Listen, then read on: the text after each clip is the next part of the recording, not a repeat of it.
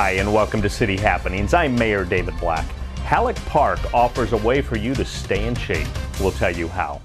A Papillion resident and former Mayor's Youth Council president returns home. You'll hear what he has to say.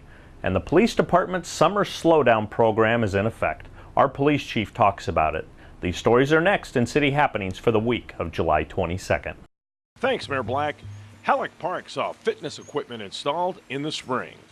When you think about the parks, what's a park and what's the purpose of a park? And in Papillion, we take our parks very serious. We probably have more parkland per capita than a lot of areas, and we maintain our parks at a pretty high level. And you can go out anytime during the summer, and there are so many people out in our parks, especially kids. But we also have a great trail system, and we have a pretty active community, and we have people out running and biking and walking. And you just see people out in a community. That adds a different dynamic to the quality of life. People aren't just sitting in their homes and not knowing their neighbors. People are out and active. So one of the things we want to do is meet the needs of the community. And it is a vibrant community. And so parks can have active uses, youth sports. They can have passive uses. You just want to go sit in the park. But when you start thinking about adults, what's an active use for adults, and how do you kind of tie all that together? And that's where a little bit of the idea of adding some fitness equipment, outdoor fitness equipment to the park came from. A lot of people don't want to go to a gym and they're not exercising in their house, or they want to get out. What a better place than getting out in one of our parks, biking on the trail, walking on the trail, or driving down to the duck pond, go work out. But I also think a lot about our older population. We have some aging facilities here, and it's very important that our aging population stays active. It's the type of equipment that elderly that can't have high stress can use that equipment. They can drive there, they've got a little bit of a walk, do their routines on the equipment, a little bit of walk, and get back. That's very important for the aging population. And we also have some poorer families who probably can't afford a gym membership. They're not affording things in their own house. What's another way to get out and stay active? Because there is a direct benefit to the city for a healthy community. So whether it's just general quality of life, underserved population, elderly, very active people running marathons, working out, it hits all aspects of the community. A former Mayor's Youth Leadership Council president returns home and talks about the importance of getting involved in the community. Well, I think it's paramount. It was one of the most important parts of the Youth Council for us was that we wanted to have an opportunity to give back to the community that had such a large impact on us as well. And that's part of the reason that I came back to the area when I was away at school, is because the community is such a tight-knit community. Great events like this one today and everything that's going to happen this summer. It's the least that I could do to be here and to give back today. I love it. A lot has changed from the last time that I'm here, but all positive things. A lot of 84th Street downtown Papillion looks better than it ever has before, and it's really great. There's a lot of new stuff, but a lot of the same stuff is the same, and really kind of solidifies my decision. It was the right decision to come back to Papillion. I've been trying to get kind of plugged back into the community one step at a time. From what I've seen here and there, they're doing great things. The whole rest of the city seems to be doing great things as well. So I hope to get plugged back into the Youth Council. The police department is sponsoring a slowdown program all summer long. Our police chief gives his thoughts. I think awareness is part of it, but also I want our officers to be out there visible with traffic enforcement efforts.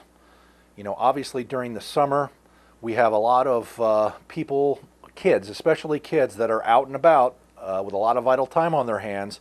And in many ways, we see that manifested itself by speeding issues and speeding complaints. Here in Papillion, it's probably the #1 issue that people have concerns about. But obviously, with our staffing levels, we can only be in one place at one time. So, with the help of the Nebraska Office of Highway Safety, we're enabled to fund additional officers to come out and do traffic enforcement in those areas where we seem to see the most concerns. I think we have a pretty integrated program that involves education and enforcement. We have visible and invisible traffic detection devices that we can install anywhere in the community. So the first thing to determine is, once we receive a concern about a speeding issue in their neighborhood, is to find out if in fact we have a speeding problem.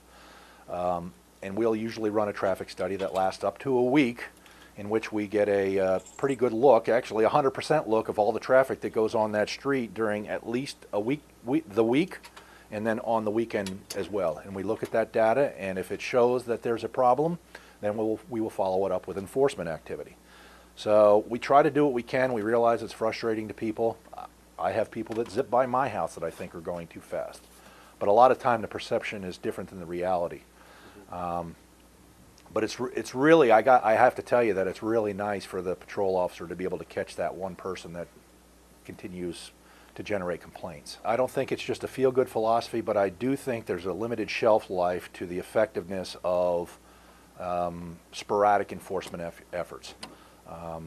People tend to have a pretty short memory when it comes to these types of issues, and if they see a police officer sitting in the same spot 2 days or 3 days in a row, they're going to remember that for maybe a week, and then they revert back to their previous ways in many cases. We certainly hope that the funding for these types of programs doesn't run out. Now, obviously, when we're talking about a summer slowdown type program, we're dependent on funding from the state. So a lot of that has to do with if we're going to continue to see that funding or not. There's no indication that there won't be funding for this type of a program in the future, but you just never know. A big thank you to everyone who signed up their kids for this summer's Police Academy for Kids. The session in June and the one held last week were all successful. It's great to see residents take advantage of and be involved in our community events. We also need to thank our police department and the area law enforcement agencies who make this not only an informative event, but a fun event as well. There's lots going on in Papillion, and there are lots of ways to stay up to date with what's happening. You can find us on Facebook, follow the City of Papillion on Twitter, or even watch our YouTube channel. And information about all of our departments and programs is available on our website. For more about Papillion, go to www.papillion.org, download our city app, or call the Mayor's Hotline at 402-827-1111. Thanks for watching.